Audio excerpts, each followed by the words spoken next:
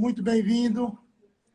A palestra de hoje será sobre educação espírita e o nosso palestrante será nosso querido Rivaldo Sávio, acadêmico da nossa Academia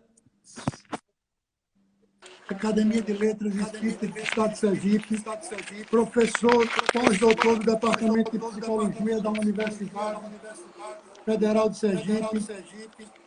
E no pós-doutorado ele escreveu sobre a educação espírita em Sergipe e no Brasil. Ele é autor de livros como A Psicologia da Educação diante do Legado dos Educadores, Allan Kardec e Eurípides Massanet. E também História da Pedagogia Espírita no Brasil e sua aproximação com a psicologia da educação. Meu querido Rivaldo, tudo bom, Renato? Pronto. A palavra é sua. Muito obrigado. Desculpe que houve um certo problema técnico. Eu estava olhando pelo meu computador e pelo meu computador não estava conseguindo fazer, mas agora estou pelo celular. E pelo celular eu estou conseguindo ouvir e falar com vocês normalmente. Graças a Deus. Olha, Renato, eu queria... Pronto, muito obrigado, viu? Eu queria primeiro agradecer aí a paciência, agradecer o convite de vocês para ter mais uma vez a oportunidade de podermos falar sobre educação espírita, sobre pedagogia espírita, que é um tema que para mim é muito importante, é muito caro e que é mais relevante ainda para a educação, né? Porque nós sabemos, Renato, que a educação no nosso país já não é muito boa há muito tempo, né? Então se faz necessário que a doutrina espírita, o movimento espírita e aqueles que estão envolvidos com a educação e ao mesmo tempo com o espiritismo possam segurar essa bandeira, né? E poder trabalhar essa questão da educação espírita em termos teóricos, em termos práticos, e tentar desenvolver isso no Brasil, né? Inicialmente aqui em Sergipe e depois no Brasil. Tá certo? São essas minhas considerações iniciais. Como é que nós vamos fazer? Vamos fazer através de perguntas e respostas? Ou quer que eu comece a falar a temática da educação espírita em termos de palestra, por exemplo? Como é que é? Como se fosse em termos de palestra. Você vai Ok. tudo que você preparou. Pronto. Beleza. Se você, por um acaso, tiver alguma pergunta, ou se quiser ler alguma pergunta de alguém aí, estamos aqui, viu? É só interferir. Então, bom, iniciando de fato a nossa palestra, após todas essas considerações, a gente vai fazer um breve histórico de como essa educação espírita se iniciou no mundo, né? Isso nós temos no nosso livro, que lançamos agora em janeiro desse ano, né? A história da pedagogia espírita no Brasil, que foi tema da nossa tese de pós-doutorado lá na UERJ, em 2018, né? Então agora em 2020 a gente conseguiu lançar esse livro, né? Então a gente vai fazer assim um breve resumo do que esse livro tem, que é sobre a pedagogia espírita no Brasil. Então a gente vai observar que, na verdade, a educação espírita ela se inicia lá há 400 anos antes de Cristo, com Sócrates e Platão, né? Que já começaram a mostrar o paradigma da alma. Eles já acreditavam que o ser humano não era só matéria, e que o ser humano tinha uma interexistência, existia uma essência, uma alma humana, né? E eles mostravam que essa alma humana e essa existência espiritual era a verdadeira existência. Então repare, Renato, e amigos aí que estão conosco, os gregos clássicos já acreditavam no mundo espiritual. Já tinham essa certeza, né? Baseado em fatos que eles mesmos observavam, né? Então, Sócrates e Platão, que inclusive são citados por Allan Kardec no Livro dos Espíritos, né? Foi a primeira obra do Espiritismo, né? Ele já cita logo no prólogo do livro Sócrates e Platão e os seus ditames em termos de espiritualidade. Então, lá já se falava da interexistência, da reencarnação, no mundo das ideias, que era o mundo espiritual, no mundo dos sentidos, que era o mundo material, o mundo que nós estamos, e que esse mundo material não era o verdadeiro mundo, era uma réplica, uma cópia do que já existia, do que existe no mundo espiritual, né? Então a história começa mais ou menos por aí, porque aí eles já começavam a falar que se fazia necessário nós nos educarmos para entendermos o mundo espiritual, né? Apesar de serem filósofos, terem toda uma outra perspectiva filosófica sobre o mundo, eles já consideravam que esse ser humano não era só material, certo? Fazendo um salto aí, digamos assim, gigantesco em termos de história, nós vamos observar Comênios, né? Comênios, que era tcheco, no século XVII, lança a Didática Magna, um livro importantíssimo para a educação, importantíssimo para a pedagogia e que é atual ainda hoje.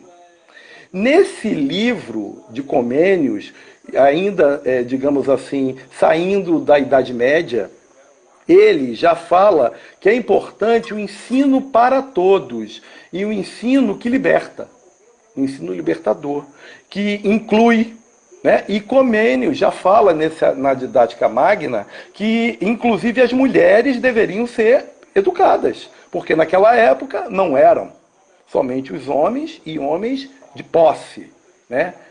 Ricos, né? Então Comênios já fala de uma educação para todos, né? Uma educação universalizada, né? E também fala que as crianças deveriam também participar desse processo de inclusão educacional, ok? Bom, além de Comênios, que tem uma importância enorme nessa educação espírita, né? Nós vamos encontrar Jean-Jacques Rousseau, na França, no século XVIII, aí na época do iluminismo europeu, né? Onde a luz da razão era o mais importante para o desenvolvimento humano, a racionalidade. Então, Rousseau, ele é o primeiro, digamos assim, a desenvolver uma pedagogia. Ele sai do campo da educação, que é um campo mais amplo, e começa a formatar uma teoria do processo educacional, um processo, uma visão pedagógica de como se deve educar as crianças. Então, ele vai desenvolver um livro importantíssimo, que é atualizado até hoje, que é o Emílio. O Emílio, ele mostra como é que você deve educar uma criança, né? Na família, na escola, para o mundo. Partindo Rousseau de uma perspectiva que o ser humano é bom, o ser humano nasce bom, o ser humano é a essência de Deus.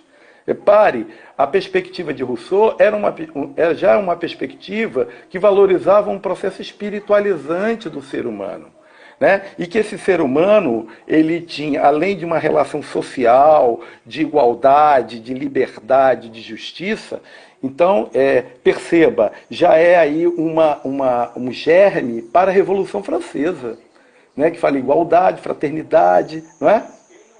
Então, Rousseau, ele fala que, primeiro, devemos educar as emoções da criança antes do processo da razão.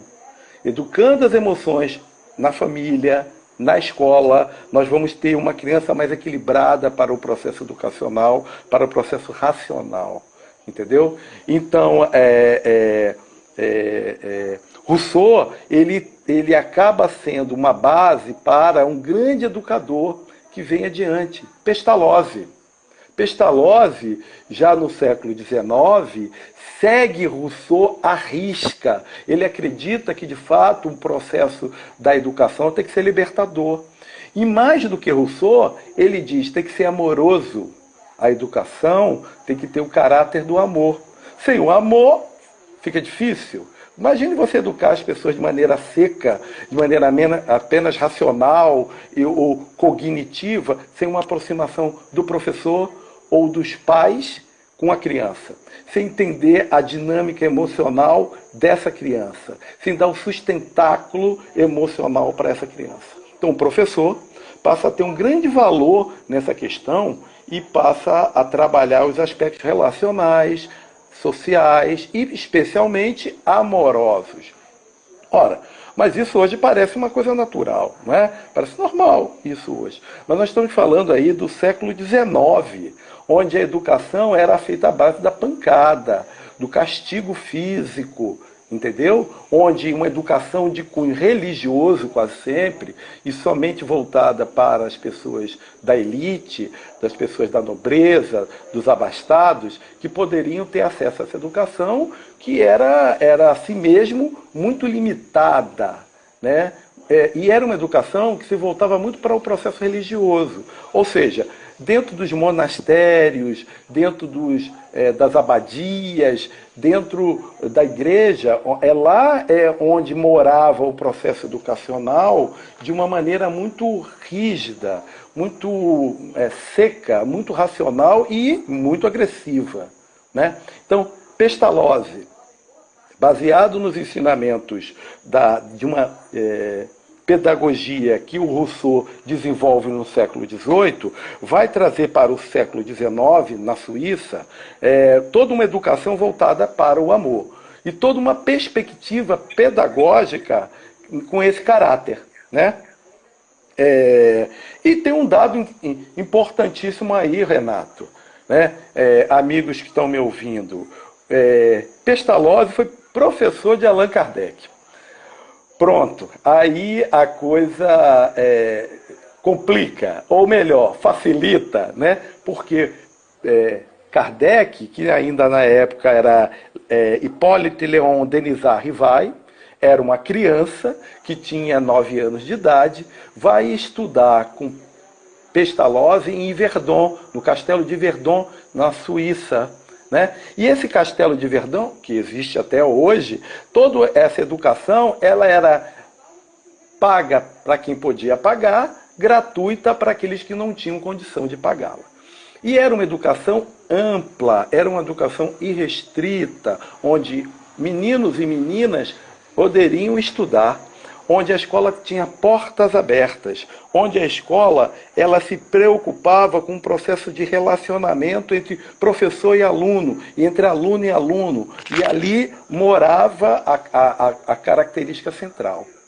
Outra característica importante nessa educação pestalozziana, e me desculpe se eu estou me estendendo muito até chegarmos aonde eu desejo, mas é um processo histórico, é interessante que a gente tem essa visão mais ampla da educação, mais histórica da educação, de que o Pestalozzi ele observava a liberdade do aluno. O aluno tinha liberdade para poder questionar, perguntar, né? E ele levava esse aluno para fora da escola, para observar a natureza, para praticar junto com os experimentos, para se envolver, para buscar soluções ele próprio, para desenvolver as suas teorias e suas práticas. Ou seja, não era um aluno repetitivo, não era um aluno que tinha medo, não é um aluno que esperava o professor trazer a resposta. Ao contrário, ele trazia a resposta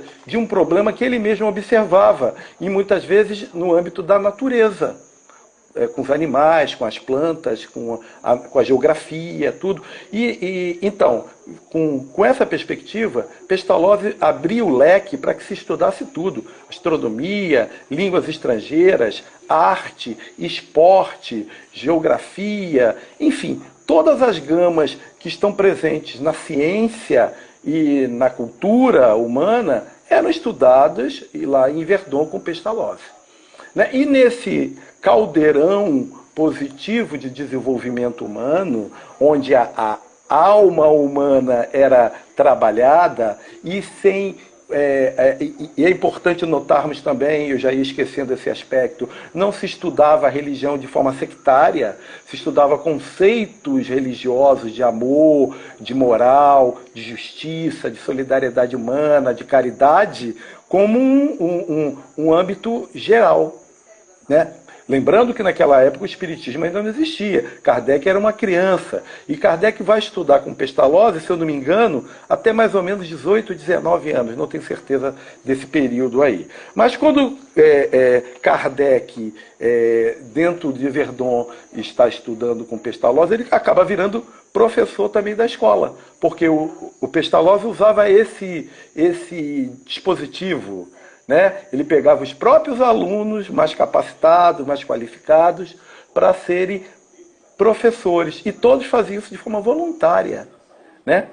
Outra coisa importante, meus caros, não existia uma avaliação como a gente conhece hoje.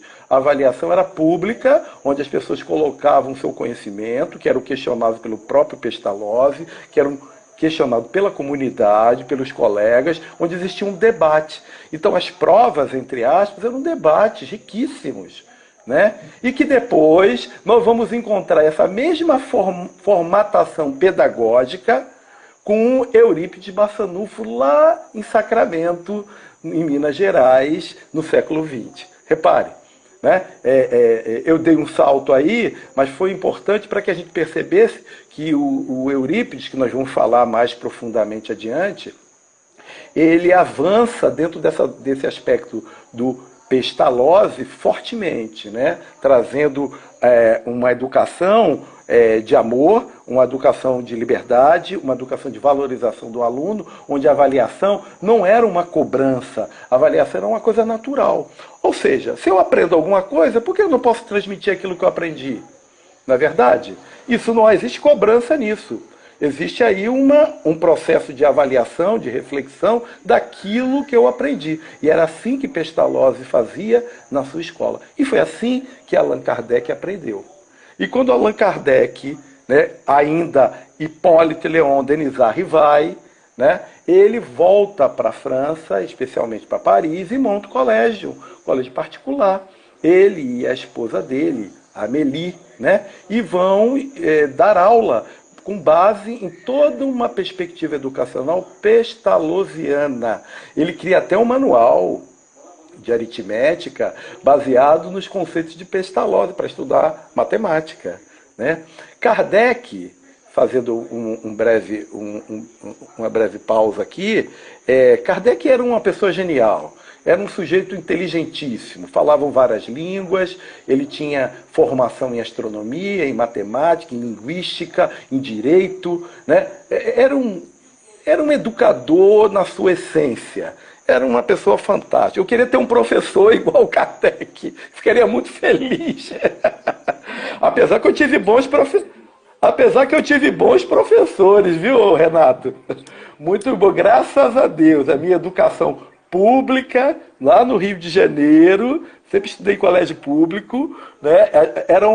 A escola era uma escola muito boa. Só para você ter uma noção, a filha da diretora estudava na escola, Colégio Municipal Menezes Cortes. Por que a filha da diretora estudava no colégio público? Porque a escola era muito boa.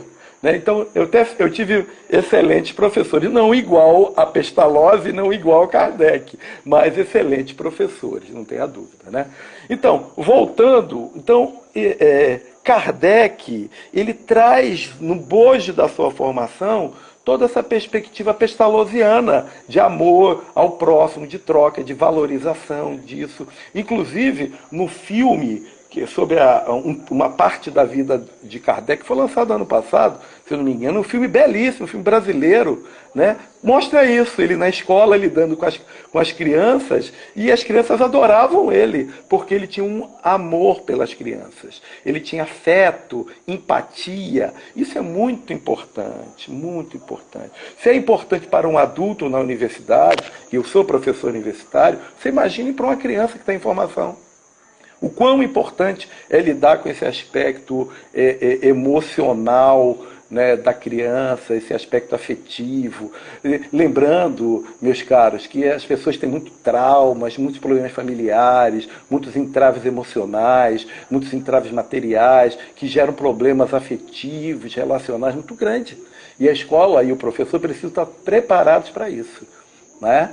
E quando eu digo estar preparados para isso, não basta ter um diploma de educação, de ou de matemática, de geografia, de português, não. Tem que ter vontade de ser professor, tem que ter talento, tem que querer ensinar, tem que gostar de ensinar, tem que gostar de se relacionar com pessoas. Vai ter dificuldades, vai ter tropeços, vão ter agressões, vão ter palavras ríspidas, mas é importantíssimo esse querer. Não é só a formação teórica, científica, que é importante, claro, mas é a sua vontade humana de querer transmitir ao próximo os conhecimentos que você tem. E nesse processo de transmissão, você também vai aprendendo, você vai lidando, você vai se desenvolvendo cada vez mais. Eu queria mandar um abraço para o meu amigo professor Milton Júnior, que está agora, entrou aí agora, uma pessoa fantástica, gosto muito do Milton, grande professor também, tenho muito carinho por ele. Um abraço, Milton. Então, o Kardec traz isso, traz todo esse processo para as suas escolas, e ele ajuda na forma, digamos assim, num projeto de educação pública na França, né? Ele participa desse projeto ativamente. Tudo isso antes dele desenvolver e codificar o Espiritismo. Entendeu? Nós estamos falando aí de século XIX, né? Meados do século XIX. Então nesse processo, nós vamos perceber que Kardec começa a ter acesso às famosas mesas girantes, as mesas girantes que viraram febre na Europa e que começaram com efeitos físicos e espirituais nos Estados Unidos, né? Das irmãs Fox, né, onde a história mostra bem isso, onde no galpão, numa fazenda norte-americana, eles tiveram o primeiro contato, digamos assim, uma comunicação direta com o espírito. Duas jovens, aliás, 3 jovens, né, que desenvolveram um processo mediúnico, né, as irmãs e conseguiram contactar essa pessoa, né, que era um viajante, uma pessoa que tinha morrido naquele local. Uma história muito bacana e que foi colocada nos jornais da época aí. Foi um fato verídico, né? E também na Europa, em vários países europeus, esses efeitos físicos começaram a acontecer. E a França não ficou fora disso. Só que os efeitos, com as mesas girantes, por exemplo, eram tratados como um circo, né? Onde as pessoas brincavam de falar com as entidades, com os fantasmas, a partir de uma troca meio que mecânica com essas entidades. Mas o Kardec, como todo bom cientista, ele fazia parte da Academia de Ciência da França, né? Foi lá, a convite, depois de alguns amigos insistirem muito com ele, foi numa dessas sessões das mesas girantes, né, na casa de um amigo, e queria ver de perto e achava que aquilo ali era uma mutreta, né? Que aquilo ali era armação, era uma magia, algo para enganar os trouxas, né? Então Kardec começa a ver que aquilo era verdade. E o próprio Kardec começou a fazer questionamentos às jovens que eram médios. Aí ele foi a várias sessões e fazia perguntas de cunho científico, de cunho filosófico, profundas, e essas jovens respondiam com respostas extremamente inteligentes e profundas, que fugiam à capacidade intelectual e até maturidade dessas jovens, que eram muito novas. Elas não tinham conhecimento para responder de forma tão profunda os questionamentos do grande cientista Rivai. Né? Então Rivai começa a perceber, né? Isso fica muito visível no filme dele, eu sugiro esse filme dele, né?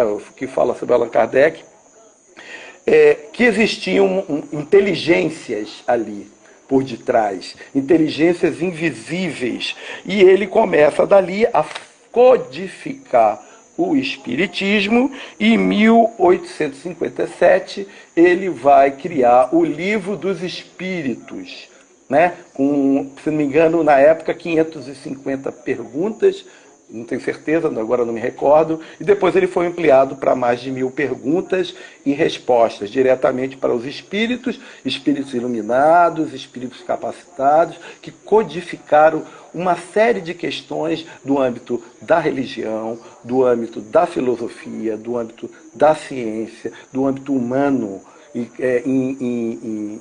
perguntas e respostas bastante racionais, bastante lógicas, e que de forma didática, né, de forma pedagógica, Kardec formata essas perguntas e aí pronto, cria-se o Livro dos Espíritos, codifica-se, segundo o próprio Kardec, não foi ele, foram os espíritos, ele apenas organizou o processo e esse processo ganha corpo, né? É uma história belíssima, né?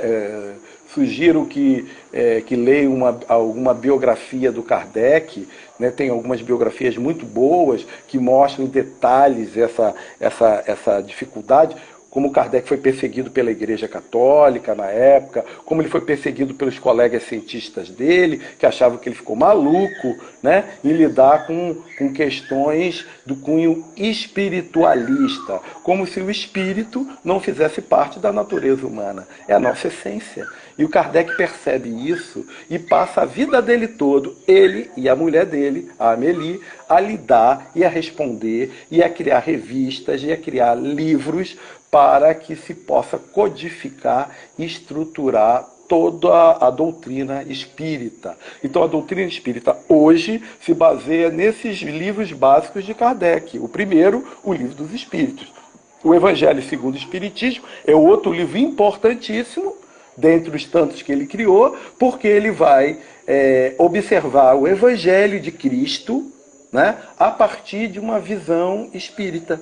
Né? Então ele não renega o Evangelho de forma nenhuma, mas ele mostra o quão Jesus Cristo foi importante para trazer um Deus do amor. E como ele mostra isso, e como o Espiritismo tem grande papel. E o próprio Cristo também fala em suas várias passagens na Bíblia, que existiam vários mundos, né? E que esses mundos são mundos de natureza espiritual. Ou seja, não só aqui na matéria da Terra, né? Enfim, mas aí é outro papo, para uma outra live, para um outro questionamento, né? Não vamos fugir da educação, que é o que nos interessa aqui no momento. Então, esse boom que é criado na Europa em meados do século XIX, ele vai chegar ao Brasil, né? E ele chega ao Brasil no final do século XIX, onde formalmente se cria a Federação Espírita Brasileira em 1884, com Augusto Elias, que era um português. Ora, pois, o Augusto Elias cria, com um grupo de amigos, e que já estudavam livros espíritas em francês, né, que chegavam ao Brasil naquele período onde a formatação da República estava sendo já desenvolvida, né? E nessa república trazia-se aí todo um bojo de liberdade e de questões voltadas ao iluminismo, a novas religiões, a novas práticas, e o espiritismo entra aí como uma luva nesse processo. Então, o Augusto Elias, ele cria a Federação Espírita em 1884, lá no Rio de Janeiro. Até hoje nós temos lá, ali na Avenida Senhor dos Passos, no centro do Rio, um prédio histórico belíssimo, né? História muito bonito, e tem até uma livraria ao lado, né? Uma livraria da Federação Espírita. Mais adiante, Bezerra de Menezes também toma posse como presidente da Federação, e Bezerra de Menezes desencarna em 1900. Bezerra de Menezes fez muita coisa importante na Federação Espírita, né? Foi um grande arauto do espiritismo, divulgador e tudo mais, uma alma nobre, né? Mas, a partir do desencarne de Bezerra de Menezes, em 1900, Leopoldo Cirne, ele vai tomar posse. Leopoldo Cirne era o vice, né? Toma posse, e o Leopoldo Cirne começa a se preocupar com a educação espírita. O Pacto Áureo, né? Como ele denomina, em 1904. E o Leopoldo Cirne vai fazer uma caravana que vai pelo Brasil afora para desenvolver a educação espírita nos centros espíritas que já existiam, né? Apesar das dificuldades com a Igreja Católica, com outros cultos religiosos, o Leopoldo Cini vai abraçar essa questão da educação espírita, né? E o próprio Leopoldo Cini cria a primeira escola, digamos assim, espírita do Brasil, dentro da Federação. Federação Espírita criou cursos de espiritismo para adultos, para pessoas, porque o Leopoldo se percebia da necessidade de se educar as pessoas dentro dos conceitos científicos, filosóficos e religiosos que o espiritismo trazia, né? Só que não fica restrito apenas à federação, ele leva através do Pacto Áureo para o Brasil afora, né? Nessa história riquíssima em detalhes, eu estou pulando aqui alguns aspectos, nós vamos encontrar efetivamente um grande vulto ao qual eu me inspiro profundamente, que é Eurípides Barçanufo. Eurípides Barçanufo era um grande católico, né, na cidade de Sacramento, em Minas Gerais, e Eurípides ele vai tomar contato com o espiritismo a partir de um tio dele que monta um centro espírita numa fazenda. E Eurípides achava aquilo um absurdo e ficou com raiva do tio, batia a boca com o tio. Eurípides com uma cultura muito grande, né? Eurípides tinha sido vereador em Sacramento, era um homem reconhecido, um grande cidadão mineiro, criou, aliás, Eurípides como vereador fez muita coisa boa para a cidade de Sacramento. Eu estava lendo recentemente e vi um vídeo recentemente sobre a vida dele, fiquei pasmo com as coisas que Eurípides trouxe para a cidade de Sacramento, né? Mas mais do que isso, ele trouxe para a educação. Então Eurípides vai ter o contato a partir do livro de Leon Denis, né? E esse livro faz com que Eurípides perceba que o espiritismo é uma ciência belíssima, que traz conceitos racionais importantíssimos, e além de uma visão filosófica e religiosa do mundo. Então Eurípides, que era católico, daqueles fervorosos, percebe que o catolicismo não lhe dá as respostas que ele esperava do mundo. E aí, nesse contato do centro espírita do seu tio, ele começa a desenvolver aspectos mediúnicos importantíssimos. Eurípides foi um grande médium, um fortíssimo médium. Eurípides tinha uma mediunidade, por exemplo, uma característica mediúnica de desdobramento. Ele estava aqui conversando com você e estava lá em outro local fazendo um parto. Por exemplo, Eurípides era parteiro, ele fez vários partos em fazendas próximas, onde ele desdobrou e fez o parto, né? E aí quando o marido chegava na casa dele para chamar ele para fazer o parto, ele já tinha feito, porque ele desdobrou, né? Isso tem vários relatos sobre isso, não é um ou dois não, são centenas de relatos, né? Eurípides queria ser médico, inclusive, não conseguiu sê-lo, porque sua mãe era muito doente, ele resolveu tomar conta da mãe, não conseguiu fazer medicina no Rio de Janeiro, né?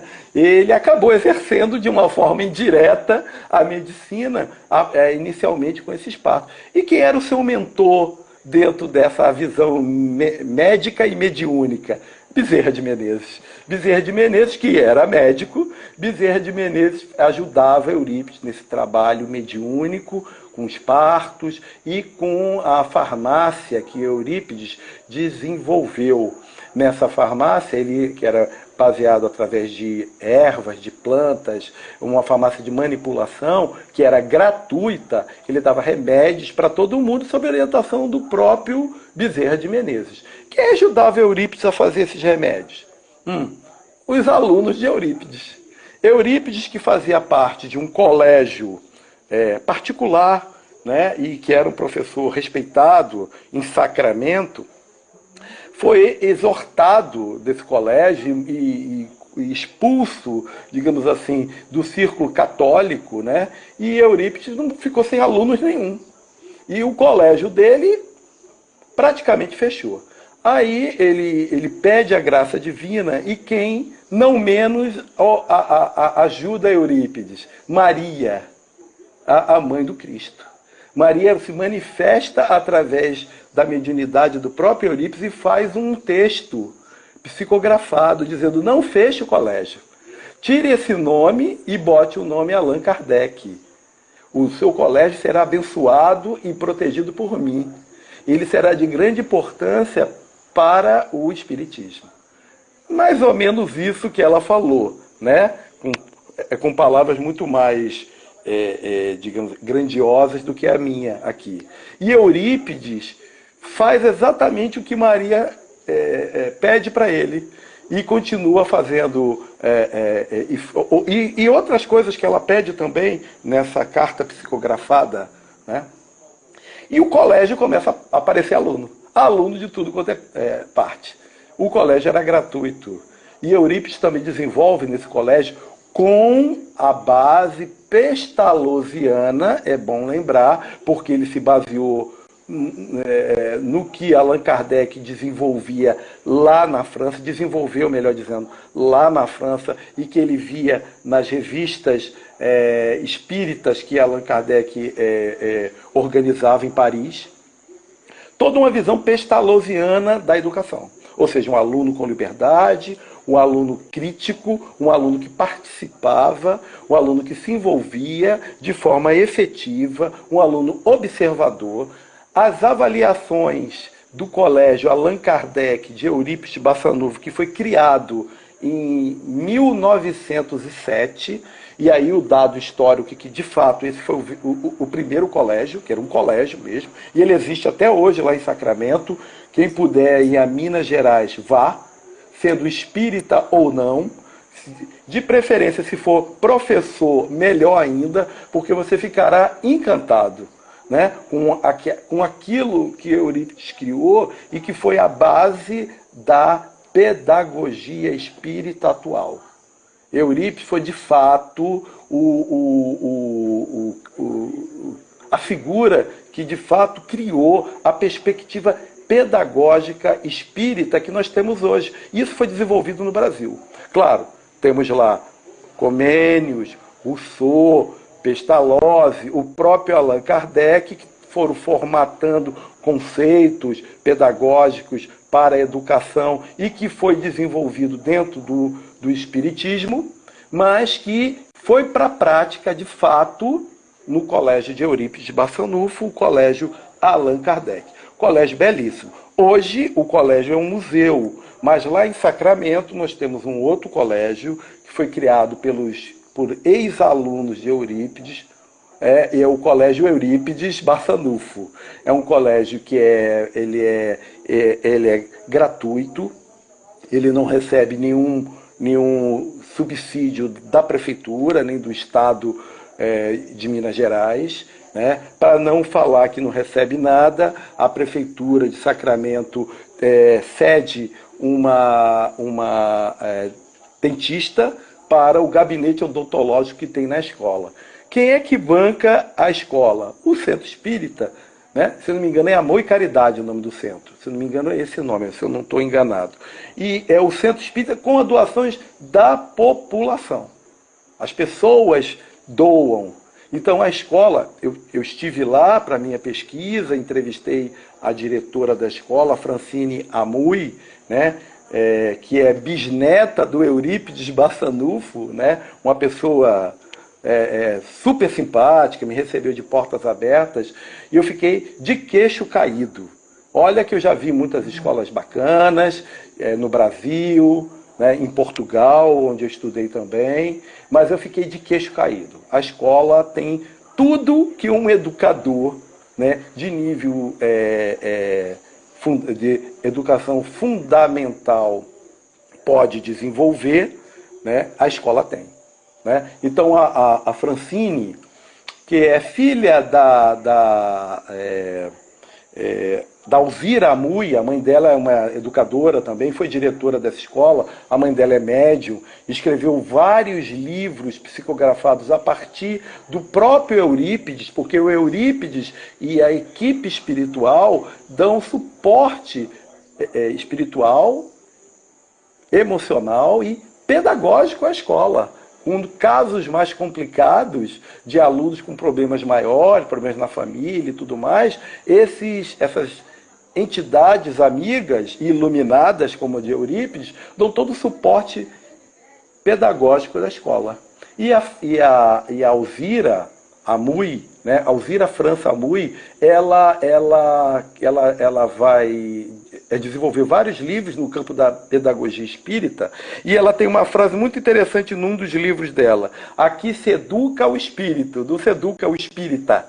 Nós educamos espíritos. A maior parte dos alunos, inclusive, não são espíritas. São alunos de outros credos, ou não tem credo nenhum. Ninguém aqui é obrigado a estudar espiritismo. E isso é um grande aspecto. Não se estuda espiritismo na escola espírita. A escola espírita, seguindo o modelo pestalozziano, não se estuda espiritismo, estuda valores do amor, caridade, justiça, solidariedade humana. E isso se desenvolve na escola com práticas na comunidade de Sacramento, por exemplo, como Eurípides fazia. Eurípides pegava os alunos dele e falava: vamos para o hospital dos velhinhos, vamos doar sopa para os velhinhos, vamos dar remédio, vamos no hospital psiquiátrico. Então os alunos iam com ele, a turma de alunos. E é interessante também lembrarmos que esses alunos eram alunos pobres. Eurípides foi um dos primeiros educadores do Brasil a aceitar alunos negros na sua escola. E salas mistas, como Pestalozzi e Allan Kardec também faziam. Né? Então, não tinha um preconceito: o homem que tem que estudar, a mulher não, o negro não precisa estudar, o negro é pior. Não existia nada disso. Eram todos eles valorizados. Inclusive, meus caros, professores negros. Alguns professores eram também negros e estavam no colégio de Eurípides. Né? E o colégio de Eurípides era do lado, praticamente, da farmácia do Eurípides. E essa farmácia doava os medicamentos manipulados para toda a comunidade. Fazia fila na farmácia do Eurípides, né? E as pessoas eram curadas. Né? Eurípides fez um trabalho belíssimo em termos sociais, né? Mas muito mais pela educação de Sacramento e muito mais para a implantação de uma educação espírita, com conceitos pedagógicos importantes, como esse que eu falei da liberdade de atuação, da participação dos alunos dentro da comunidade, da igualdade entre os alunos, dos aspectos afetivos entre professor e aluno, numa educação que era inclusiva, numa educação que aceitava pessoas com deficiência, né? Numa educação que não era violenta, não existiam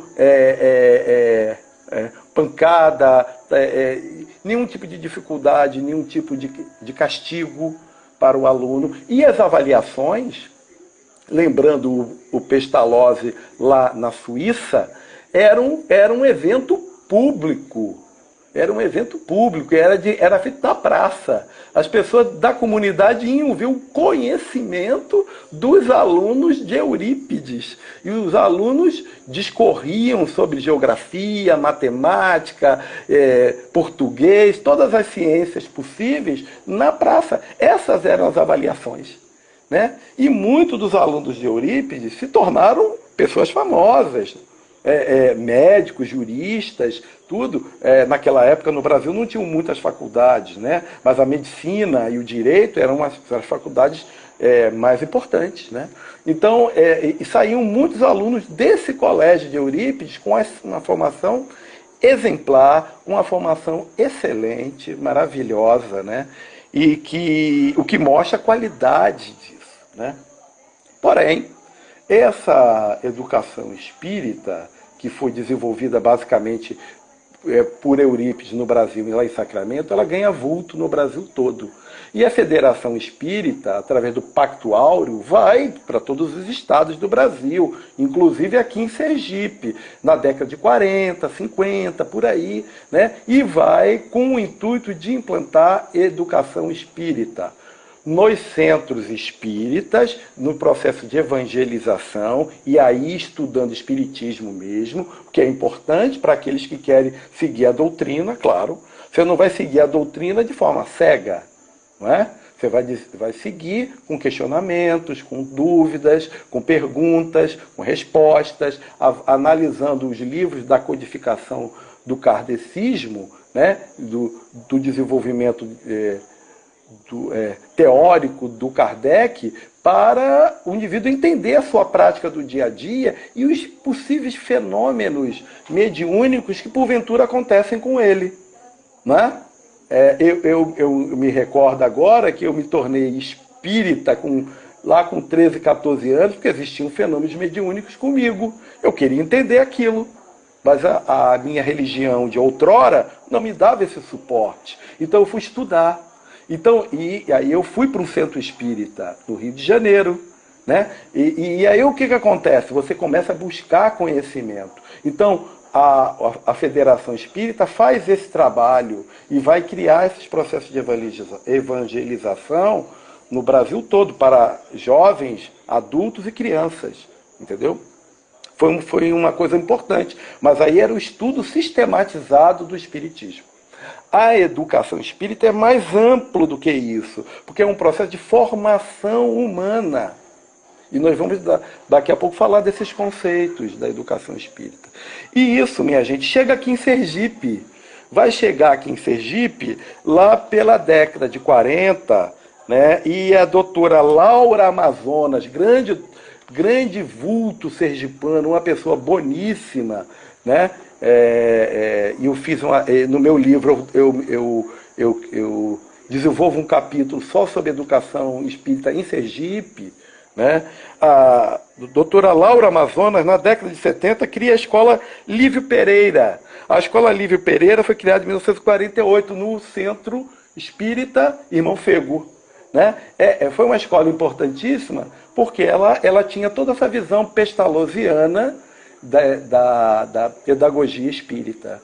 Então, a base da pedagogia espírita, meus jovens, é a base do Pestalozzi, que formatou toda a estrutura de formação do Allan Kardec. Né? Então, a Laura Amazonas vai criar essa primeira escola. Mais adiante nós vamos ter a Casa do Pequenino, em 1966. Outros espíritas e professores se somam a Laura Amazonas, como Neide Mesquita, a professora Neide Mesquita. Ela vai entrar nessa onda positiva de educação aqui em Sergipe, e essa onda positiva ganha vulto no Brasil afora. Né? Escola e nomes, grandes nomes, como Anália Franco, em São Paulo, Tomás Novelino, lá em Sacramento. Tomás Novelino, que era médico, foi aluno de Eurípides, né? Cria um colégio em Sacramento, em São Paulo. Pedro Camargo, em Piracicaba. Ney Lobo, em Curitiba. José Herculano Pires, grande filósofo espírita, educador, jornalista, cria sem números de livros, inclusive um livro chamado Pedagogia Espírita. Eu indico para quem quiser começar a estudar o espiritismo, esse livro do José Herculano Pires. Dora Encontre na atualidade. Ela inclusive esteve aqui em Sergipe esse ano no lançamento do meu livro. Fiquei muito feliz, queria conhecer a Dora Encontre, porque ela também traz educação espírita para um nível universitário, né? Ela cria um curso universitário de pedagogia espírita em Santos, né? E em São Paulo também, né? Então a Dora Encontre é um grande nome nessa área, né? E eu baseio a minha pesquisa muito na sua tese de doutorado, que foi sobre educação espírita também. Enfim, é um bom nome para quem quer estudar a educação. Pronto, eu vou falar, eu já estava perto do final realmente, né? Como nós vimos aí, a educação espírita, ela vai buscar, com todos esses vultos aí que nós citamos, né, uma educação inclusiva, uma educação que trabalha os valores éticos e morais, uma educação libertadora, de fato, porque ela trabalha a interexistência da alma, ela entende que o aluno não é só aquele aluno de corpo que está ali na escola, mas que ele tem um espírito e que é um espírito reencarnante. É um espírito que traz conhecimentos de outrora. É um espírito que tem uma vida e que vai dar continuidade em outras reencarnações. Com base nesse critério, a educação espírita tem que ter outros valores.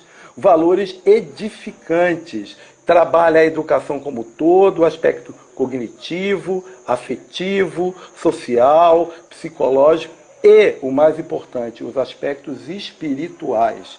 Eles são trabalhados também, não de uma forma sectária, desenvolvendo os conceitos do espiritismo. Vamos dar aula de kardecismo. Não. Eles são desenvolvidos conceitos éticos e morais gerais, presentes em qualquer religião. Até porque o espiritismo ele não entende que ele é uma religião melhor do que as outras. Ele é uma religião, assim como a ciência e uma filosofia, ampla, cósmica, que tem um caráter holístico. E a educação espírita tem que ter esse caráter. Entendeu? Então, meus jovens, essa educação espírita, ela está aí hoje presente no Brasil todo. E eu conclamo aqui educadores aqui de Sergipe a poder buscar essa educação espírita nos seus centros espíritas e, quiçá, criar escolas, novas escolas espíritas aqui em Sergipe. É essa a intenção. Né? A minha formatação de todo um processo teórico, pedagógico, de teorias que trabalham a educação espírita, não é só para ficar no livro, é para ir para a prática. Então, a ALEESE, por exemplo, Academia de Letras Espíritas do Estado de Sergipe, que é importantíssima para a divulgação do espiritismo, além da Federação Espírita, é claro, pode puxar essa discussão, como já está fazendo, né? Eu já dei palestras, tudo agora nessa live aqui, sobre educação espírita. Eu espero que outros centros espíritas, outros grupos espíritas, também queiram questionar, refletir sobre isso. Nós já temos um grupo na Universidade Federal de Sergipe, Educação e Espiritualidade, que também já está começando a falar sobre essas questões da educação espírita em nível universitário. Então isso é um avanço, minha gente. Então eu fico muito feliz em poder, né, dar uma pequena contribuição nesse aspecto. Tá bom, minha gente? Olha, muitíssimo obrigado, Renato, muitíssimo obrigado à Thelma, ao pessoal da ALEESE, que me convidou para essa live, para essa palestra online, que para mim é uma novidade, eu não tinha feito ainda alguma. Para mim, eu estou aqui estreando, né? E fico muito feliz com isso, viu? Muitíssimo obrigado, né? Mais alguma... Espere um pouquinho que você ainda vai voltar. Primeiro, estou querendo que você mostre a capa do seu livro. Ah, a capa do livro? Vamos ver aqui. Ó, tá aqui, dá para ver aí? Mais para longe um pouquinho. Aí. Agora tá bom. Tá para ver direitinho aí, né? Não. Pronto. Esse livro, infelizmente, só está sendo vendido comigo. Quem tiver interesse, estamos vendendo o livro a apenas R$40. É um livro História da Educação Espírita no Brasil e suas aproximações com a psicologia da educação. Porque eu sou psicólogo, a gente faz uma aproximação. O outro livro é esse aqui, ó. O outro tem poucos exemplares. Esse aqui é a Psicologia da Educação, né? E diante dos legados de Allan Kardec e Eurípides Barçanufo. É um livro mais simples que deu base para o livro que eu mostrei anteriormente, que foi da pesquisa de pós-doutorado. Tá bom? Esse livro aqui é mais barato. Eu estou vendendo esse livro aqui por R$20. Então, quem tiver interesse, pode entrar em contato comigo, que a gente está aí para poder não só vender o livro... Ou com a própria ALEESE, que a ALEESE indica. Ou com a própria ALEESE, claro. A ALEESE é a grande divulgadora do meu trabalho. Felizmente, graças a Deus. Agradeço enormemente, viu? Diga lá. Peraí. Você ainda vai trabalhar, não vai... A história, meu nome é trabalho. É conhecendo o nosso passado e nós vamos entender o presente e vamos criar o futuro, naturalmente. Exato. E Barçanufo, para mim, o maior médium do Brasil, depois de Chico Xavier, claro. Sem dúvida, concordo. E, infelizmente, pouquíssimamente divulgado. Mas nós vamos aproveitar e vamos continuar divulgando. Ah, vamos. Aliás, a minha cadeira na LEESE é a do Bassanufo. Repare só que coincidência, né? Bassanufo. E eu estou querendo um favor de todos vocês que estão assistindo. Vocês, por favor, nós temos no YouTube, LEESE Aracaju. Sim. E nós precisamos que vocês se inscrevam na LEESE Aracaju para nós chegarmos a fazer 1000 pessoas inscritas. E assim teremos o direito de fazer a nossa live ao vivo pelo YouTube, que é muito melhor. Opa, exatamente. Então, vamos aí. Quem puder se inscrever, vai nos ajudar muito. Sem dúvida. Quem puder, além de se inscrever, pedir a outras pessoas para se inscreverem, melhor ainda. Com certeza. YouTube, LEESE Aracaju. Isso. Estaremos lá. Por favor. E, aliás, já existe uma série de entrevistas, de debates lá. Eu estava vendo essa semana. Inclusive a minha. Foi a mais vista. Foi a mais vista, viu? Eu vou colocar isso também. Eu vou editar isso aí para colocar lá também. Sem dúvida. Ó, tem uma pessoa perguntando aqui. Olha, tem uma pessoa perguntando de onde compra o livro. Comigo. Pode entrar em contato comigo ou com a LEESE, que a gente vende o livro. Não tem... Deu? É rivaldosávio@hotmail.com. rivaldosávio@hotmail.com. Tá certo? Aí a gente vende aí o livro. Ok, o que mais? Eu queria um favorzinho seu. Diga. Para nós encerrarmos com chave de ouro, você fazer a prece final. Ô, rapaz, que maravilha. Tá bom, é agora, viu? Então vamos respirar, vamos pedir a Deus o equilíbrio e a paz, agradecendo ao Mestre, Jesus, nosso Mestre maior, a Maria, vossa mãe, a toda a espiritualidade maior de Bezerra de Menezes, Eurípides Bassanufo, que possam nos trazer luz e paz para que esse trabalho da educação espírita possa ser divulgado em Sergipe, no Brasil, e que se amplie para que os educadores possam entender a importância e a luminosidade que é a educação espírita. Que Nosso Senhor Jesus Cristo nos ampare essa noite, nos ampare esse final de semana e por toda a nossa vida, para que esse trabalho possa ser ampliado para a nossa juventude brasileira. Muita paz, muita luz, assim seja. Queridos irmãos, muito obrigado por tudo. Em breve nós vamos divulgar as novas lives. Fiquem de olho e, por favor, no nosso Instagram e também no Facebook. No Facebook também. Se vocês ajudarem, nós faremos 1000 inscritos e teremos também no YouTube. Tá bom, ótimo. Muito obrigado mais uma vez, viu? Mais uma vez, muito obrigado. Valeu. O agradecimento maior da LEESE fica por conta do nosso querido acadêmico. Obrigado. Eu agradeço a todos. A todos. Valeu. Obrigadão. Boa noite.